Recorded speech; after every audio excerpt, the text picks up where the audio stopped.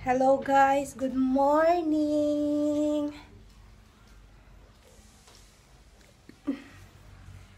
Ayan, maghapon, magdamag, umulan at may kasamang kulog. Pero ngayon, at least umaraw na. Yan, sumikat na si Haring Araw. Pero grabe, ang labas namin ay basa. Punong-puno ng tubig.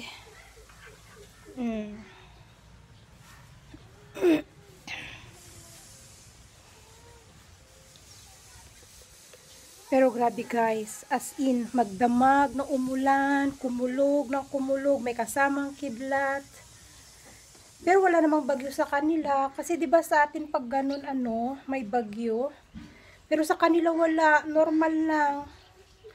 At itong mga kambing namin ay ang kukulit. Shh. Go, go. Go to your mommy. Come on.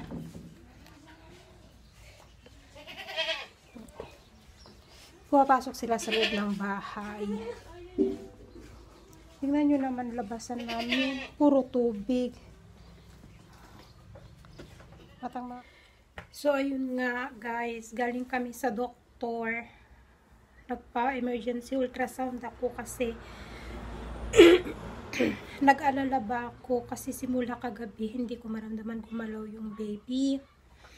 Madalas kasi kapag nagigising ako ng madaling araw, nararamdaman ko siyang gumagalaw, as in gumagalaw talaga siya.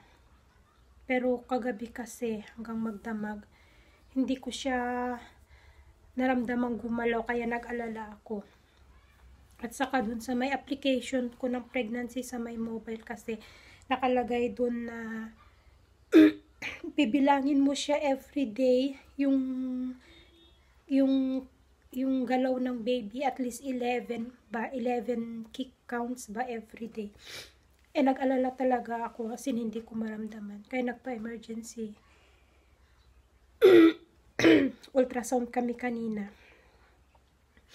Nagagalit pa nga yung isa. Kasi pangiti-ngiti ako. Sabi niya, hindi ka ba nag-aalala? Ganito, ganyan.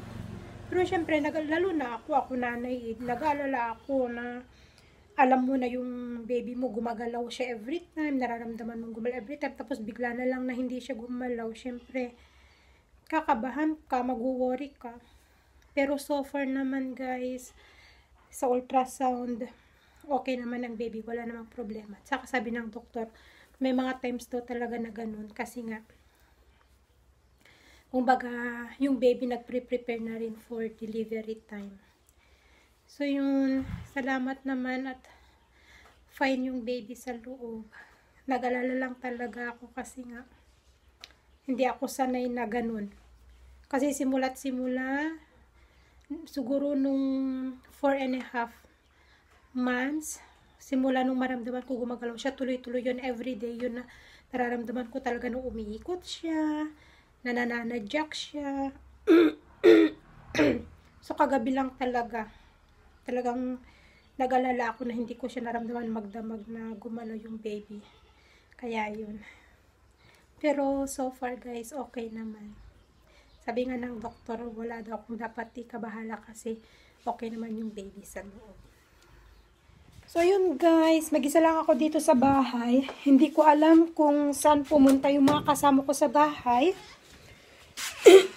Pero dahil wala nga akong makausap at wala akong ginagawa, ayan, so nag-prepare ako ng lulutuin ko mamayang gabi.